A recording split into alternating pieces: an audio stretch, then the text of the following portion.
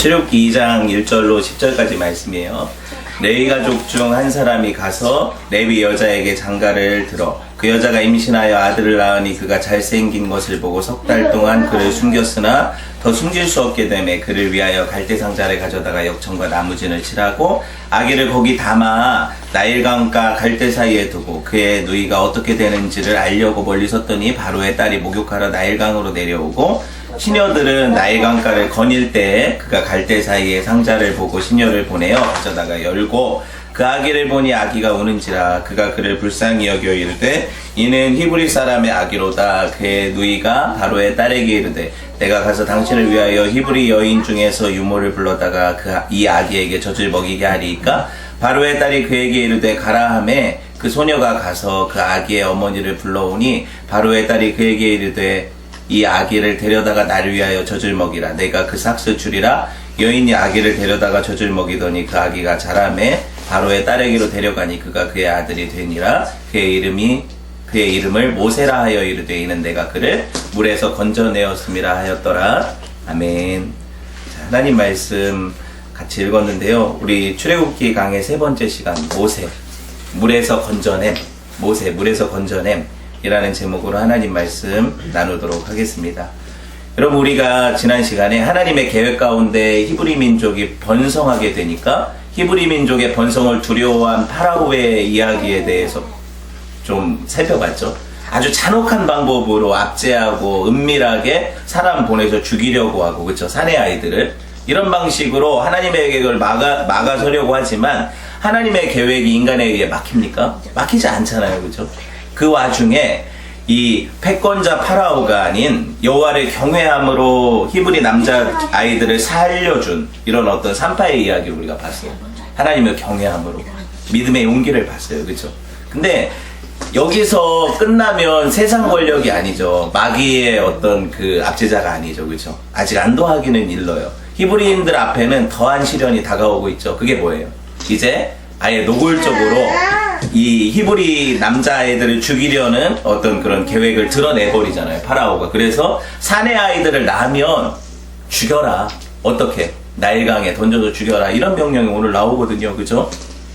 여러분, 전에도 언급한 바가 있지만 창세기 끝부분에 보면 그들이 애굽에 내려간 이유가 뭐예요? 처음에 손님으로 가잖아요. 요셉이라는 총리 때문에 애굽에 손님으로 환대를 받으면서 가요, 그쵸? 입장 자체가 그래요. 그런데 모세오경의 새로운 책인 이 출애굽기에 와서는 상황이 완전히 급변한 것 같죠. 1장에 보니까 그들이 손님으로 드러나요, 노예로 나와요. 노예 상태로 나오잖아요, 그렇죠? 처음부터 출애굽기 첫 장부터 손님이 아니라 노예의 신분으로 나오는 거예요. 이게 무슨 의미일까를 생각해 봐야 돼요. 창세기랑 출애굽기는 이어지는 책 맞죠?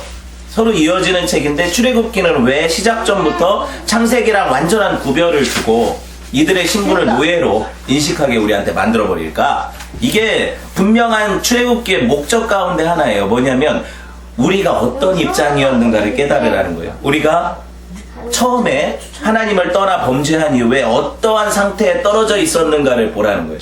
출애굽기가 그런 의미잖아요. 왜? 그런 상태에서 구원해내는 이야기가 출애굽기니까, 그쵸? 그런 거예요. 여러분, 출애굽기가 우리에게 전달하는 메시지가 분명하게 우리가 본래 태어날 때부터 죄의 노예예요. 이 세상의 노예예요. 사탄의 압제 아래에 있는 그런 죄인들이라는 사실을 보여주는 거예요. 그래서 노예로 나타나는 거예요, 신분이. 그리고 그 노예들을 구원하시려고 하나님의 구원 역사가 어떻게 진행되어 가는가, 죄의 종이었던 우리를 구원하시기 위해 하나님의 구원 역사가 어떻게 진행되어져 가는가를 보여주는 이야기가 출애굽기니까. 신약 성경이 누누이 이 얘기를 하거든요. 뭐냐면 우리들을 향해 신약 성경이 너네들은 허물과 죄로 죽었던 자들이다. 시체다. 또 뭐라고 얘기를 하냐면 너희들은 불순종의 아들들이다. 그죠? 사탄의 자녀들이라고 얘기하잖아요. 또 너희는 본래 죄의 종이다 그래요. 죄의 종이라는 건 뭐예요? 의의 종이 아니죠. 죄의 종은 하나님의 종이 아니라 죄의 노예 상태에 있었다는 거예요. 그 사람들이 우리가 태어날 때부터 죄인인 거예요. 죄의 노예 아래에 있기 때문에. 그래서 내가 내 마음에 하나님을 알고 깨닫고 나서 좀 착하게 살고 선하게 하나님 뜻을 행하려고 해도 잘 안 되는 이유가 뭘까요? 내가 태어날 때부터 죄의 노예 상태로 태어났기 때문에 그래요. 이 결박을 벗어버리고 예수 그리스도 안에서 성화되어지는 것이 구원이잖아요. 점점 더 의의 종으로 바뀌어가는 게 구원이잖아요. 신약이 이 얘기를 하는 거거든요. 그 이야기가 어디 나오냐면 출애굽기부터 나오는 거예요. 그러니까 전체적인 어떤 보면은 구원의 프로토타입, 처음 하나님의 원형, 출애굽기를 보면 뭘 알 수 있어요? 하나님이 인생들을 어떻게 구원하셔서 하나님의 영광의 역사를 어떻게 이루시는가를 볼 수 있는 책이 출애굽기인 거죠. 이해되셨죠? 출애굽기가. 자, 그러면 이 악한 세상 속에서 죄 앞지 아래 종로로 타는 사람들이 나왔어요. 지금 1장에. 그럼 또 누가 나와야 돼요? 종로로 타는 사람은 나왔어요. 죄의 노예인들은 나왔어요. 그럼 또 누가 나와야 돼요? 종로로 타는 데서 구원할 하나님이 보내신 구원자가 나와야죠. 그래야 예수님의 이야기가 되는 거잖아요. 그렇죠? 출애굽기가 그걸 보여주는 거라고 했잖아요. 그럼 구원자가 등장할 차례예요. 그래서 2장에 보니까 구원자가 등장해요, 안 해요? 하잖아요. 우리가 오늘 읽었잖아요. 그게 누구예요? 모세잖아요. 출애굽기가 어떻게 쓰여졌는지 제가 얘기하는 바를 이해를 하시겠어요? 오늘 이야기는 하나님께서 이스라엘 백성들한테 처음부터 약속하셨던 그 구원자를 보내신다는 이야기예요. 그렇게 봐야죠. 우리가 알고 있는 분명한 사실은 뭐냐면 이 한 구원자, 오늘 보내지는 이 구원자도 진정한 약속된 그 구원자는 아니거든요. 뭐예요? 그 구원자를 모형하는 그림자적인 구원자죠. 모세가 이스라엘 백성들을 영원히 구원하지는 않지 않습니까? 하지만 이스라엘이 교회고 성도의 예표이고 그 구원자인 모세가 예수 그리스도의 예표라는 사실을 우리가 보잖아요. 그러니까 출애굽기에서 이 모세는 구원자이기도 하지만 진짜 구원자로 오시는 예수님을 예표하는 인물인 거예요. 창세기에서는 누가 이 일을 했어요? 창세기 그 후반부에 나오죠. 누가 했어요? 요셉이 했잖아요. 가장 예수님을 닮은 자였어요. 근데 지금 출애굽기로 건너오니까 그 바통을 이어받아서 누가 해요? 모세가 하는 거예요. 그러니까 역사는 반복돼요. 하나님의 구원 역사는 계속 반복돼요. 그 구약이 우리한테 계속 보여주는 거고, 그게 신약에 와서 이분이 바로 그 구약에서 내가 누누이 배웠고 들었던 그 구원자시다, 이걸 보여주는 거거든요. 그러니까 성경이 얼마나 명확하고 클리어한지 아시겠죠? 이렇게 보면은 여러분이 성경이 어떤 방식으로 하나님이 우리한테 증거하시고 주어졌는가를 볼 수가 있어요. 모세 이름 뜻 자체가 뭐예요? 물에서 건져내다가 구원 아닙니까? 건져내다가 구원이잖아요. 그쵸? 모세의 이름이 뭐랑 비슷해요? 예수님의 이름하고 비슷해요. 왜? 예수의 이름의 뜻이 뭐예요? 그가 자기 백성은 그들의 죄에서 구원할 자다. 그럼 모세의 이름과 예수의 이름에 공통점이 있죠. 구원자라는 거죠. 모세는 누구의 모형이라는 거예요? 예수님의 모형이라는 거예요. 지어내는 얘기가 아니에요. 성경이 누누이 하나님께서 이렇게 예비하신 구원자를 보내서 구원하실 거라는 걸 구약에서 수백 년간 학습시키시고 그 백성들에게 진짜 구원자를 짠 보내시는데 이게 하나님의 아들이신 거예요. 그쵸? 먼저 여러분 모세의 출신부터 살펴볼까요? 모세 어느 지파예요? 레위 지파.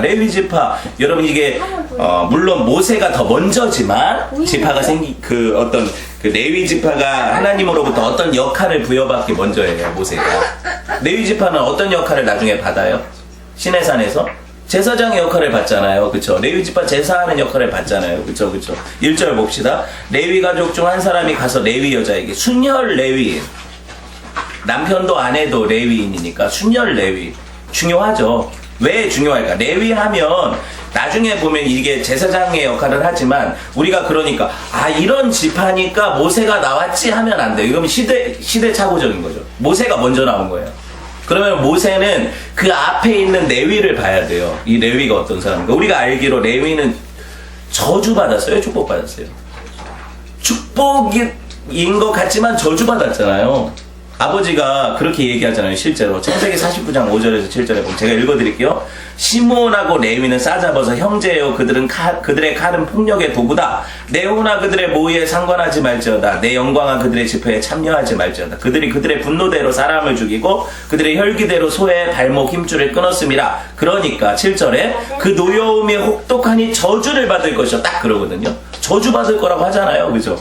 그리고 그 분기, 화가 맹렬하니 저주받을 것이라. 2번이나 저주를 얘기를 해요, 아버지가.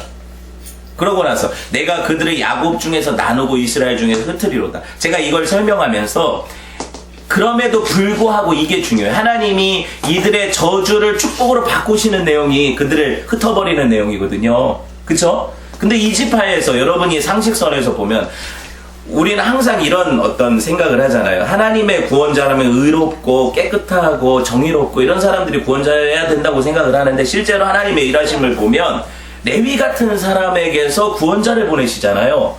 레위 같은 어떤 아주 막 혈기왕성하고 잔혹하고 자기 욕심에 따라 사람도 죽이는, 그죠? 이런 사람을 통해서 하나님이, 그리고 저주받은 이런 사람을 통해서 하나님이 모세라는 구원자를 보내시니까 아이러니죠. 역사의 아이러니인데, 하나님은 항상 이런 방식으로 일하신다는 거예요. 우리 중에 지금 오고 오는 세대의 사람들 중에 누가 깨끗한 자예요? 누가 의인이에요? 그럼 하나님이 쓰시는 사람들은 다 죄인인 거죠. 예수 그리스도 외에 누가 의인이에요? 그러니까 예수님 외에 하나님이 쓰셨던 모든 인물들은 죄인인 거죠. 그걸 성경이 누누이 보여주죠. 다윗이 얼마나 극악한 죄인입니까? 지금 현 대통령이 그런 짓을 했다면 우리는 그 대통령을 탄핵시켰을 거예요. 맞죠?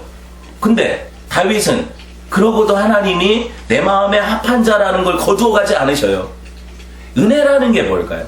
사람들의 행위로 지워지는 건 은혜가 아니에요. 여러분의 죄로 하나님의 은혜를 막아설 수 있다고 생각한다면 오산이에요. 하나님의 은혜가 그걸 덮어버리거든요. 그러니까 모든 오고 오는 세대의 죄인들은 하나님의 은혜의 강보에 쌓여서 하나님의 영광을 위해 쓰임받아요. 그게 죄인이라도. 여러분들만 가리키면 그게 죄인이라도 하나님 쓰신다는 거예요. 여러분, 그러니까 하나님이 우리 죄와 허물에 대해서 경고하시고 징계하실 때 우리가 돌이켜 회개하고 하나님께로 나아오면 그분에게 붙들려 쓰임받는 도구로 살 수 있어요. 그게 하나님의 놀라운 계획이죠. 레위가 그랬다는 거예요. 모세가 그랬다는 거예요. 아, 우리는 끝난 지파다. 이미 우리 조상이 저주받았는데 내가 무슨 하나님을 위해 쓰임받을까, 이렇게 생각하면 그 인생은 그렇게 버림받는 인생으로 자기가 선택해 가는 거죠. 근데 하나님께서 그래도 그 은혜를 거두지 않으실 거야. 비록 우리 조상이 잘못했지만 내게 그것을 받아서 내가 그렇게 살게 하지 않으실 거야 하는 믿음을 가지면 어떻게 해요? 하나님이 그 믿음대로 사용하시죠. 이게 복인 거예요, 여러분. 그러니까 예수 안 믿는 사람들의 자녀들 가운데 예수 잘 믿는 자들이 나타나기 시작하죠. 그걸 또 반대로 생각해보면 나 우리 부모님이 잘 믿으니까 난 대충 믿어도 될 거야 하는 사람들이 타락하잖아요. 이런 일이 일어나는 이유가 하나님의 역사예요. 여러분 보세요. 하나님이 징계를 내리심은 우리를 죽이려는 게 아니라 혹독한 매를 맞고 나서 아버지의 그 부성적인 사랑에 돌아오게 하시는 그런 계획이거든요. 우리가 매 맞을 때 아버지께로 더 가는 거예요. 그게 성도죠. 레위 지파의 출애굽 사건 이후에 어떤 역할이 주어진다고 했어요? 제사장 역할을 맡게 된다고 했잖아요. 레위 지파는 그 거룩하지 않은 분노와 혈기를 이제 짐승한테, 그래서 이게 짐승이 예표하는 게 누군데요? 예수님께로 그 화와 모든 분노를 쏟아내는 지파가 되고, 그 예수님을 죽여 십자가에 매다하는 지파가 되고, 그를 통해 구원받는 지파가 돼요. 이게 비밀인 거예요. 복음의 비밀. 그죠? 여러분, 이 역할이 궁극적으로 모형하는 게 뭐예요? 예수 그리스도잖아요. 제물이시면서 대제사장이신 분은 딱 한 분이거든요. 이브리서에 나오죠. 본인이 제물이 되시면서, 왜? 흠이 없으시니까. 흠 없는 것만 드릴 수 있는데 사람들은 다 흠이 있으니까 대제사장도 죄인이잖아요. 근데 예수님만 흠 없는 제물이 되시고 또 흠 없는 제사장이 되시는 거예요. 신이시고 인간이시고, 이 얘기거든요. 그래서 그분만이 하나님의 택하신 중보자고 구원자죠. 여러분 보세요. 제사장의 역할이 뭡니까? 하나님과 죄인들 사이에 서서 중보하는 역할이에요. 그러니까 짐승들에게 죄를 넘기고 하나님과 그 사이를 다시 화목케 하는 역할을 하죠. 이게 이 대제사장들이 해마다 하는 역사를 통해서 뭘 보여주는 거예요?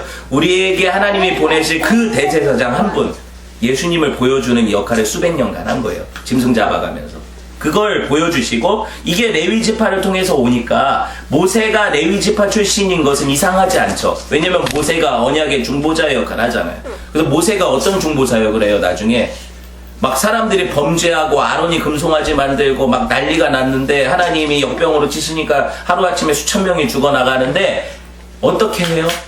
레위 지파가 나서서 형제들을 쳐서 그 속죄를 이루어요. 그리고 모세는 또 자기 그 하나님 앞에 엎드려, 야, 내가 저것들 다 죽여버리고 너 자손으로 새로운 민족을 만들 거야. 그러니까 모세가 거기 중보를 하죠. 엎드려서 어떻게 해요? 하나님 당신께서 구원하신 백성을 여기 광야에서 죽이시면 하나님 능력이 없어 죽였다는 소리 듣습니다. 하나님 저들의 죄를 용서하시고 내 이름을 생명책에서 지워주십시오. 이게 누가 한 일이에요? 예수님이 한 일이에요. 예수님이 하나님 앞에서 제명당하시고 우리가 예수로 태어나잖아요. 다시. 그게 다 예수님의 예표거든요. 그러니까 모세가 이 예수님의 예표로 레위지파로 오는 것은 전혀 이상하지 않죠. 모세가 가진 독특한 면이 뭐예요? 레위지파니까 제사장의 역할을 할 수 있는 자격이 갖춰져 있는 사람인데, 근데 아론이 제사장이 되죠, 형인. 그리고 또 이 사람은 선지자라 불리죠. 선지자라고 불리잖아요. 모세와 같은 선지자가 없다고 하잖아요. 그러니까 모세는 또 선지자로 불려.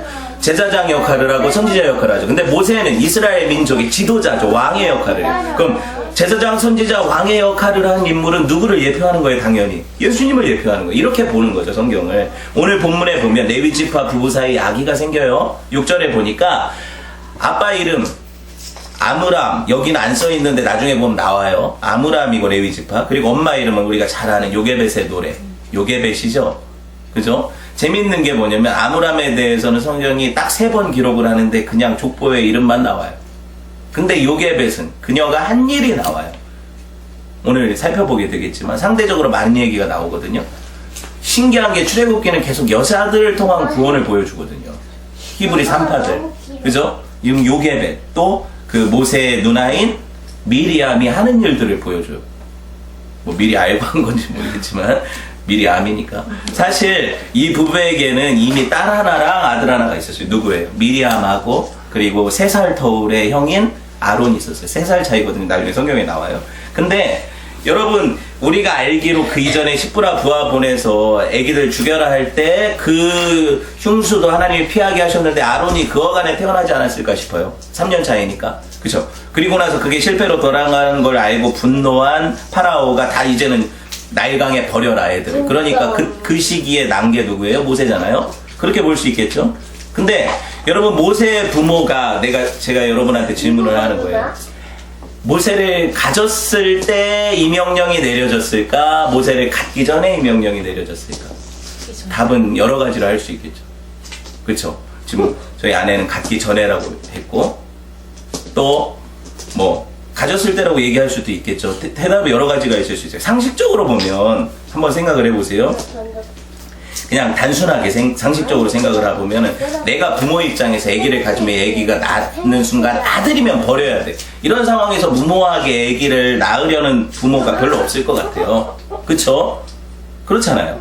요새는 뭐 지원이 작고 키우기도 힘들어서 안 나는 세상인데 그 아기를 버려야 되는 이런 입장이라면 진짜로 그럴 수밖에 없는 입장이라면 안 가지려는 사람들이 더 많겠죠. 사실 그렇지 않아요?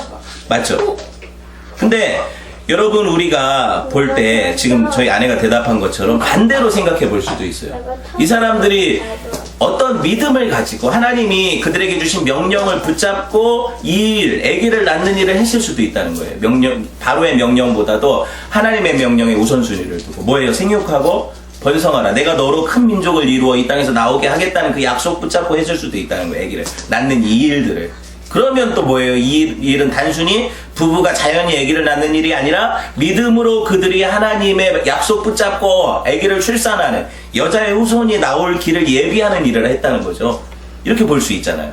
그쵸? 그럼 저는 어떻게 보느냐? 그게 더 맞다고 생각을 해요. 물론 뭐 정확하게 알 수 있는 건 아니잖아요. 성경이 그걸 기록하지 않으니까. 근데 분명히 성경이 어떤 이야기를 하냐면 이들이 믿음으로 이 일을 행했다는 얘기를 하거든요. 히브리서에 보면 실제로. 한번 볼까요?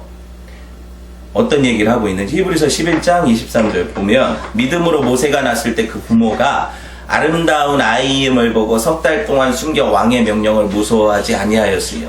자, 이렇게 들으면 그냥 모세를 낳고 어쩔 수 없이 숨겼다. 3달 동안 이 왕의 명령을 안 무서워하고 숨겨놓은 행위만 믿음의 행위라고 볼 수 있지만, 그쵸? 그걸 믿음으로를 전체 문장의 어떤 수식어로 보면 믿음으로 모세가 낳았을 때도 볼 수 있는 거예요. 믿음으로 모세가 낳았을 때도. 무슨 말이에요? 믿음으로 낳았다는 거예요. 믿음으로 모세를 낳았다는 거예요. 그죠? 여러분 파라오의 명령이 두렵죠 사실. 왜 안 무서워요? 우리가 세상 살면서 우리에게 엄청난 영향력을 끼치는 사람들이 왜 안 두려워요? 다 두렵죠. 저도 두려워요. 근데 그 두려움을 맞설 용기는 어디서 와요? 믿음에서 와요. 왜? 그보다 더 두려워할 자가 있다는 것, 우리가 그분보다 더 경외할 분이 있다는 것, 이걸 인식하면 성도가 담대해지거든요. 엄청 담대해져요. 그래? 그 사람들은 나를 기껏해야 이 땅에서 내 생명, 내 밥줄 끊는 정도지만 이분은 나를 영원히 멸하실 수 있는 분이야. 이분은 영원한 천국에서 나를 제하실 수 있는 분이야. 더 두려운 분이 계시다는 사실 인식하면 성도가 되게 담대해지거든요. 믿음으로 살 수 있는 거예요. 이들이 왕의 명령을 두려워하지 않고 하나님을 신뢰함으로 모세를 낳고 모세를 숨긴 것, 이게 믿음의 행위예요. 믿음의 행위고, 그것에 대해서 여러분 저는 이렇게 생각해요. 그 부모의 그 자녀라고. 부모가 그런 믿음을 발휘하니까 모세가 믿음으로 자라는 거죠. 모세가 믿음으로 자라는, 이게 어떻게 분리됩니까? 맞죠? 그렇게 사는 거예요.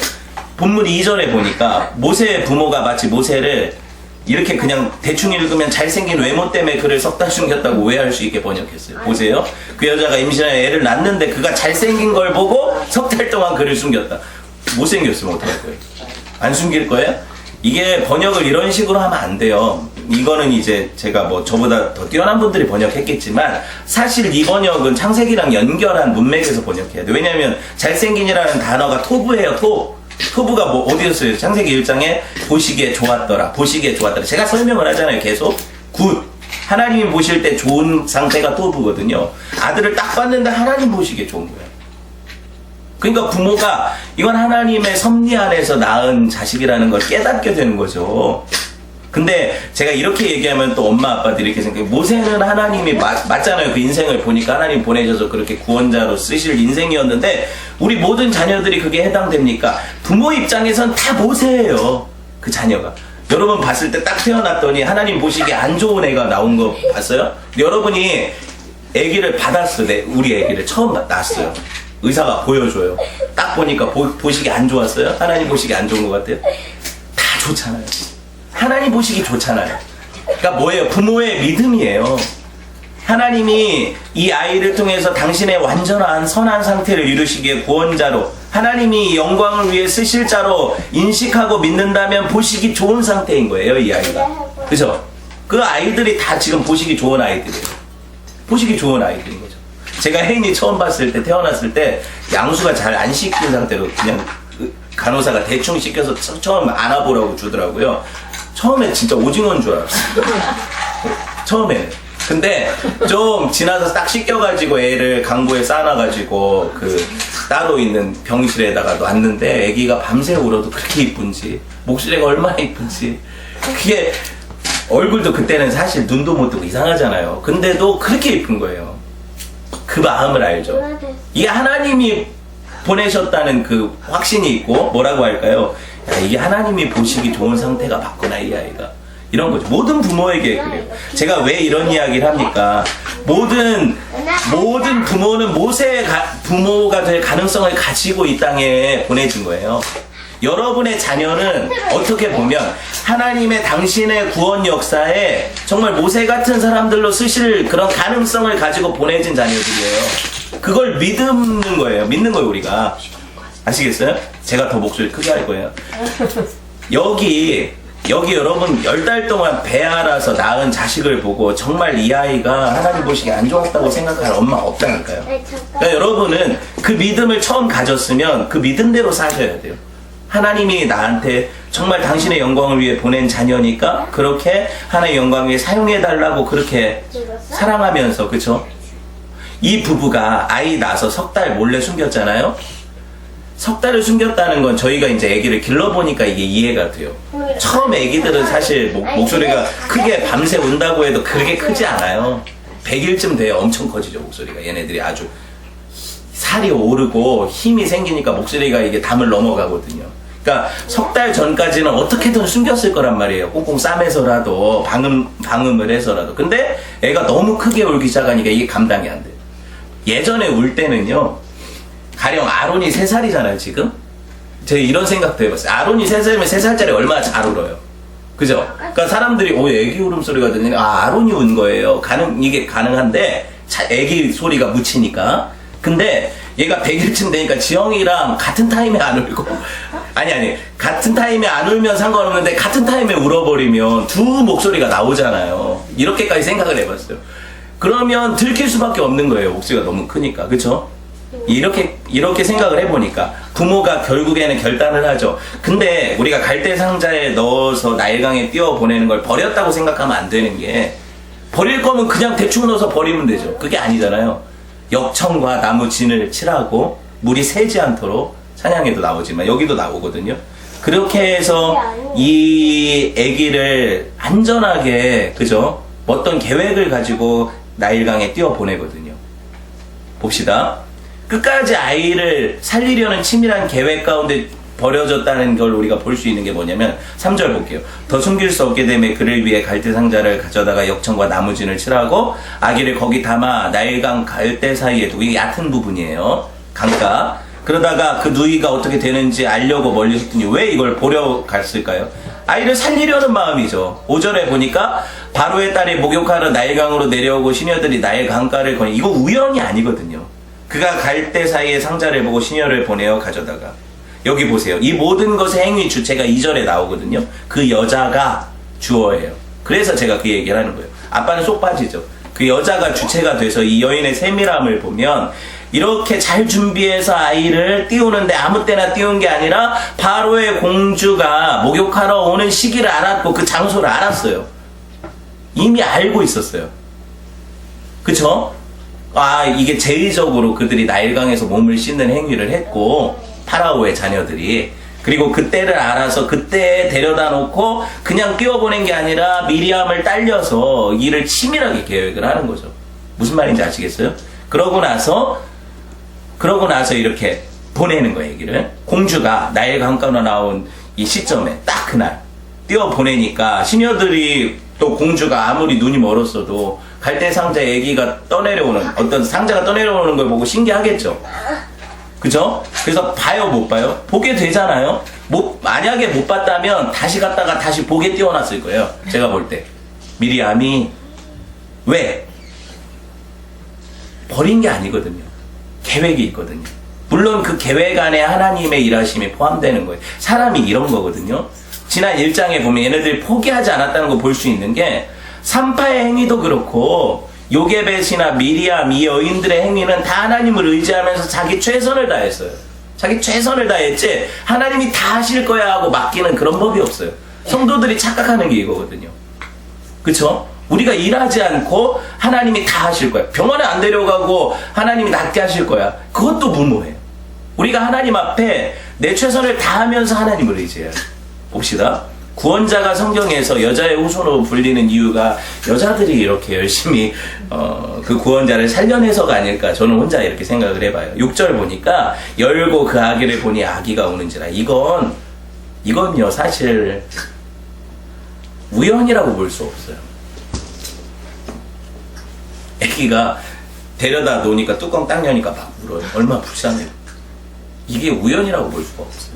최대한의 준비를 하니까 이렇게 되는 거거든요. 그래 불쌍히 여겨 이르되 히브리 사람의 아기로 다 알잖아요. 이게 이 애기가 왜 떠내려오는지. 제 아버지가 버리라고 시켰으니까 명령했어요. 그 딸이거든요, 하셉수트가. 자, 7절에 보니까 그의 누이가 바로의 딸에게 이르되 내가 가서 당신을 위하여 히브리 여인 중에 유모를 불러다가, 무슨 기다렸다는 듯이 나타나서는 이 아기에게 젖을 먹이게 하니까, 만약에 미리암이 안 따라갔다면 이런 일이 안 벌어지죠. 그쵸? 제가 그냥 억측을 하는 게 아니잖아요. 8절에 바로의 딸이 그에게 이르되 가라. 너무 경황이 없어. 그래 데리고 와라. 그래서 소녀가 가서 그 아기 엄마를 또 데리고 오네요. 사전에 얘기된 거죠. 공주가 상자 뚜껑을 여는데 마침 아기가 서럽게 울어요. 엄마 입장에서는 아기를 떠나보낼 때 젖을 안 줬을 수도 있어. 왜? 애가 배고프면 잘 우니까 불쌍하게 보이려면 이게 엄마의, 제가 이제 생각을 해보는 거예요. 마지막 보낼 때 저 단단히 먹여서 보내는 게 엄마 심정인데 얘는 마지막이라고 생각하지 않은 거죠. 이게 기회라고 생각하는 거죠. 살리려고. 그러니까는 그 모정이 어떻겠어요? 그냥 굶겨서 보내는 모정이. 그럼에도 불구하고 그렇게 보내서 뚜껑을 보니까 사람 얼굴 보니까 배고파서 울게 만드는 거죠. 저는 이렇게까지 생각을 해봤다는 거예요. 이 본문을 보면서. 물론 그렇다고 사람 생각대로 애가 그때 갑자기 울게 하는 건 이거 할 수 있는 게 아니에요. 어떤 애기는 너무 순해서 배고파도 안 우는 애도 있어요. 그죠? 근데 하나님이 여기 개입하시는 거죠. 모세 장단지를 꼬집었을 거 아니에요, 하나님이. 지금 때다 이때 울어라. 왜? 딱 공주가 보니까 이 하셉수트라는 공주는 기록에 보면 아들이 없어요. 자녀가 없다고요. 자녀가 없는데 결혼을 해서 자녀가 없는 상태로 아기를 얼마나 갖고 싶었던 거. 이 앙자로 입양을 하게 되는 거거든요, 이 아이를. 그러니까 역사도 이렇게 증언을 해버려요. 모세가 딱 그 집에 가는 거죠. 하셉수트가 보니까 아기가 막 그때 우니까 이건 연기도 아니고 마음이 동하잖아요. 너무 불쌍하고 이거 분명히 히브리인 아이인데 아빠가 그런 명령을 내렸지만 나는 공주니까 얼마든지 이 아이를 보호할 수 있어. 그렇게 되는 거예요. 하나님이요, 무조건 하나님께서 그냥 다 모든 일을 하시는 게 지금 아니죠. 이 본문을 이렇게 보면 사람은 자기 열심을 통해 최선을 다해 이 일들을 행하고 그 이후 모든 걸 하나님께 맡기는 거죠. 내가 할 수 없는 건 아기가 울게 한다거나 아니면 딱 제일 중요한 게 뭐예요? 아무리 아기가 울어도 독한 여자를 만났다면 하셉수트가 마음이 야 히브리인들은 죽어야 돼. 자기 아빠랑 똑같은 생각을 갖고 있는 여자였다면 그냥 뚜껑 덮어서 버렸을 거란 말이에요. 그죠? 근데 하셉수트 마음을 누가 만지시는 거예요? 하나님이 만지시는 거죠. 이때 미리암이 거기 옆에 있잖아요. 보냈으니까 엄마가. 그래가지고 하는 말이 그 히브리 여인 중에서 요새 애기들 다 버리니까 젖은 나오는데 먹일 그게 없어서 유모가 많다. 하나 데리고 와도 되겠냐? 그러니까는 아 이게 생각할 건데 잘 됐다. 그럼 당장 데리고 와라. 그래가지고 돈 받아가면서 월급 받아가면서 자기 아들 키우잖아요. 요새 이렇게 월급 받아가면서 자기 애 키우는 요새도 없을걸요. 그죠? 하나님이 하시는 일이 얼마나 놀라워요.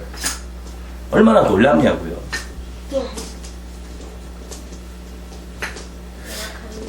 제가 보면은 이 말씀들을 보면 하나님께서 우리가 그냥 로봇처럼 그냥 아무 생각 없이 수동적으로 살길 원하시는 것 같진 않다.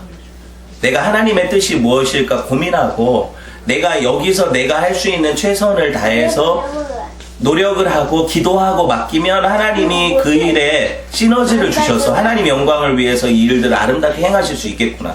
이 생각을 하게 돼요. 점차. 그죠? 그 미리암이 가서 그 부탁을 하니까 공주는 가라고 사인을 주잖아요. 그 하나님이 그렇게 공주 마음을 만지셔서 엄마가 오게 되는 거죠.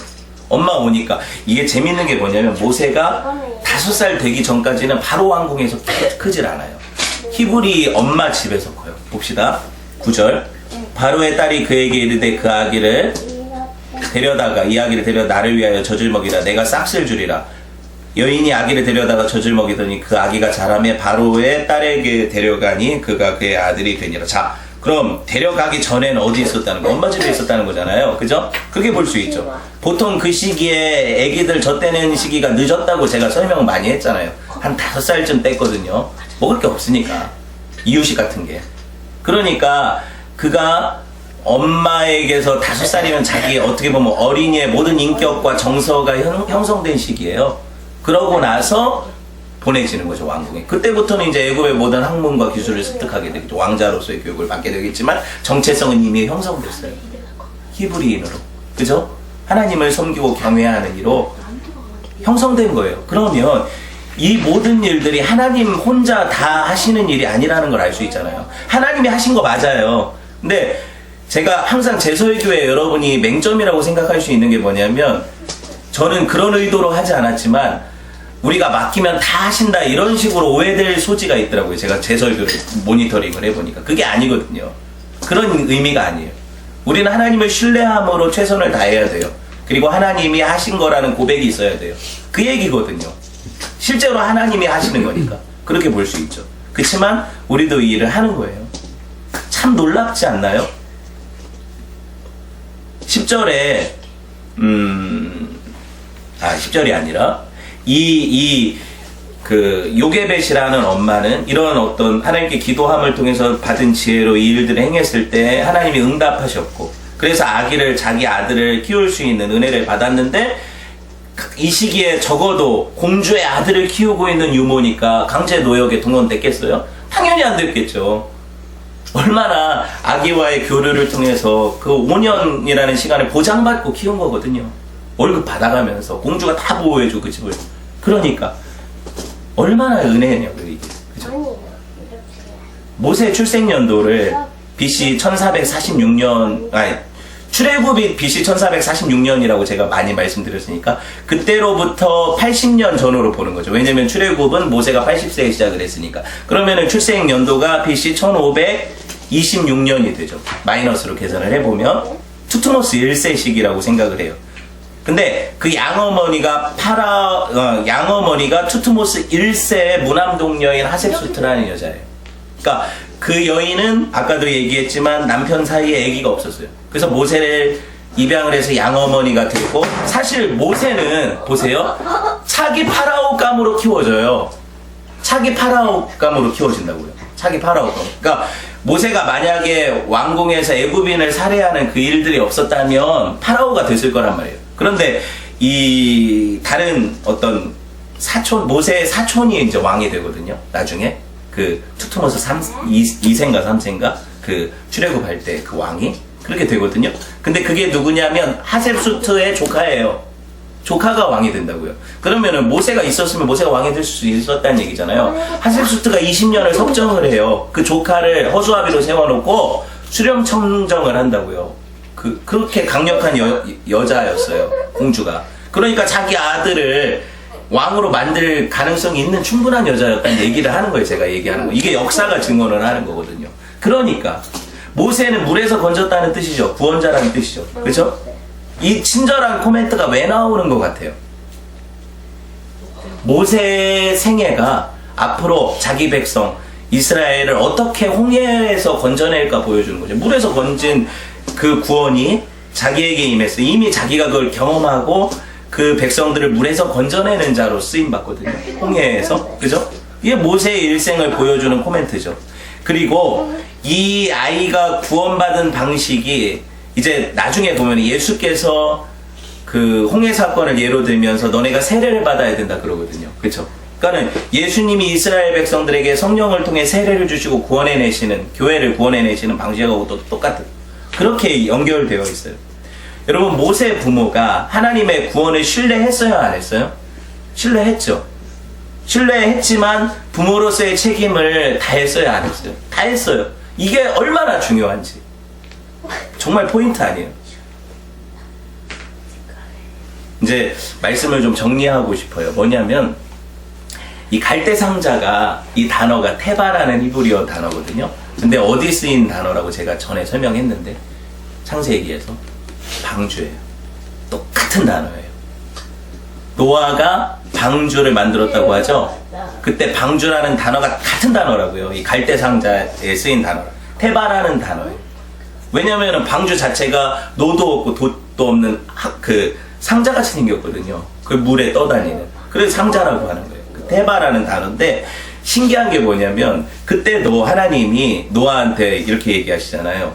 그 나무를 가져다가 산에서 나무를 해와다가 진흙과 역청을 발라라 그래요. 오늘 보면 그 갈대상자가 진흙과 역청을 발라요. 왜 이걸 보여줄까? 성경이 뭐 재료까지 그렇게 신경 쓰십니까? 하나님의 디테일은 우리를 위한 거예요. 우리가 이해하라고. 이게 그 방주라고. 예수가 구원의 방주잖아요. 근데 모세가 그 방주 안에 있어서 안전했죠. 노아도 그렇게 구원받았죠. 하나님의 방식은 이 흉흉한 세상이라는 바다에서 당신의 백성들을 안전하게 구원하시는 방주예요. 그 방식으로 우리가 구원받거든요. 그러니까 방주는 어때요? 임의대로 내가 목적지를 정해놓고 갈 수 있는 데가 그런 배가 아니에요. 돛이 없어요. 일단 방향키가 없어요. 그리고 노가 없어요. 내 동력으로 가지 않아요. 그러니까 방주는 아무것도 달려있는 게 없어요. 그럼 뭐 어떻게 가요? 하나님이 물의 흐름대로 하나님의 목적하시는 목적지대로 흘러가는 게 방주거든요. 그죠? 갈대상자가 그랬잖아요. 갈대상자의 목적지는 하셉수트 공주예요. 그죠? 그렇게 가게 하시는 거거든요. 하나님의 구원 역사죠. 또 한 가지 방주에 뭐가 없었어요? 노아의 방주에 특이한 점. 내가 배를 만들면 창을 만들 것 같아요. 노아의 방주는 창이 없었어요. 창이 없었다는 얘기는 하나님이 그들을 다 넣고 나서 문을 마지막에 닫으셨죠. 사람이 닫은 게 아니거든요. 그리고 꽉 막힌 세계예요. 이게 뭐예요? 내가 어디로 가야 될지 갈 바를 모르는 인생이에요. 하나님이 이끄시는 대로 가는 게 방주거든요. 얼마나 이게 성경이 우리한테 이게 명확하게 보여줍니까? 모세도 지가 원하는 대로 공주한테 간 게 아니잖아요. 결국에는 그렇게 떠내려가게 하신 분 하나님이신 거죠. 그걸 보면 제가 볼 때 우리 그 요게벳의 노래에 나오는 가사처럼 그냥 나일강 하수에 버린 게 아니에요. 아시겠어요? 그냥 던진 게 아니라고요.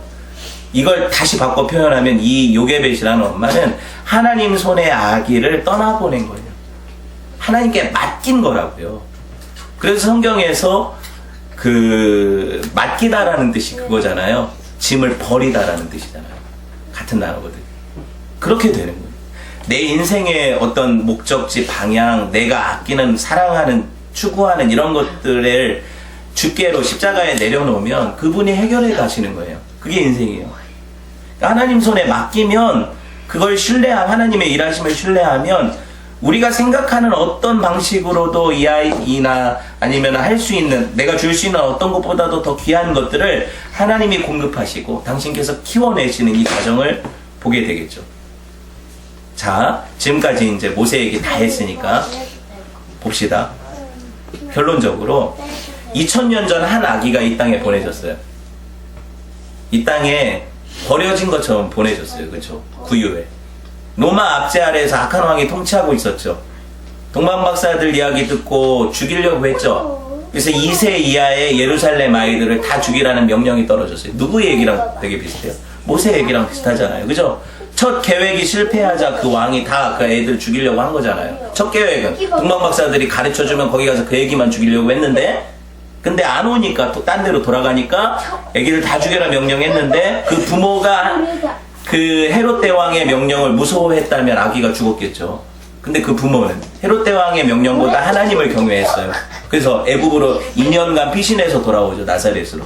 그래서 그 아기가 자라서 누가 돼요? 구원자이신 예수 그리스도가 되는 거잖아요. 얼마나 똑같아요, 이 얘기가. 모세로부터 1000여 전 아브라함이, 그쵸. 한 500~600년 전 아브라함이라는 선조가 있었어요. 그 사람이 기근을 피해서 애굽에 갔었어요. 기억나요? 애굽에 갔었어요. 파라오가 그때 사라가 이쁜 것을 보고 어떻게 하려고, 자기 아내 취하려고 했죠. 그때 누가 막으세요? 하나님 막을. 왜? 사라를 통해서 누가 와야 되니까. 이삭이 태어나야 되니까. 여자의 후손이 와야 되니까. 이 이야기는 계속 반복된다고요. 세상 왕 파라오 사탄은 계속해서 하나님의 하려고 회방해요. 근데 결국에 하나님은 여자의 후손을 나오게 하시죠. 그리고 우리 안에 예수 그리스도의 마음을 주시는 거예요. 우리가 이제 그러면은 우리 인생을 바라볼 때, 아이들을 바라볼 때 어떻게 해야 돼요? 우리가 이 아이들을 하나님 손에 맡길 때 하나님께서 이 아이들을 하나님 당신의 구원 역사에 쓰신다는 거죠. 그쵸? 말씀을 맺을게요. 그리스도 안에서 하나님의 약속은 언제나 예스예요. 예스. 예수님은 온전히 순종하심으로 십자가 지시고 구원을 이루시잖아요. 우리 성도는 어떻게 해야 돼요? 하나님이 어떻게 말씀하시면 그 언약에 따라 우리는 노가 아니라 예스 해야 돼요. 예스 하면 어떻게 돼요? 하나님 영광에 쓰임 받는 거예요. 그런 은혜가 저와 여러분에게 있기를 주님의 이름으로 축원을 드립니다. 기도합시다.